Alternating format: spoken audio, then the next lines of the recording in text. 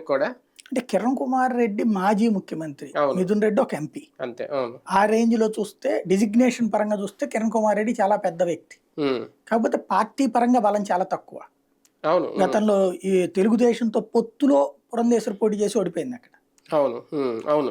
Cross voting బాగా జరిగింది. తెలుగుదేశం వాళ్ళు అసెంబ్లీ కాళ్ళకేసుకుని ఉమ్.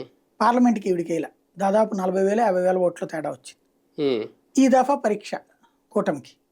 జనసేన కూడా జాయిన్ అవ్వడం మూలంగా అటు బలిజ సామాజిక వర్గం ఓట్లు కూడా బలంగా ఉన్నాయి అక్కడ. రెడ్డి ప్లస్ బలిజ అవును. అవును. ప్లస్ బీసీ ఈ కాన్సెప్ట్ తో తెర మీదకి తీసుకొచ్చారు. రాయలసీమలో బీసీలు తెలుగుదేశం పార్టీకి సపోర్ట్ ఉంటారు కూడా కాబట్టి ఈ మూడు కోణాలను కలిపి తీసుకొచ్చుకున్నది. ఈ లిస్ట్ లో మరొక కీలకం ఏంటి అంటే సీఎం రమేష్. అంటే ఇప్పటి వరకు ప్రత్యక్ష ఎన్నికల్లో లేని వ్యక్తి సడన్ గా ఇప్పుడు రావడం అనేది అది బీజేపీకి మైనస్ అవుతుందా ప్లస్ అవుతుందా? ప్లస్ అవుతుంది. ఎందుకంటే ఇప్పుడు మామూలుగా అయితే జైశంకర్ అట్లా నిర్మలా సీతారామన్ కూడా ప్రత్యక్ష ఎన్నికల్లో పోటీ చేయించాలనుకుంది పార్టీ, కానీ ఆగింది.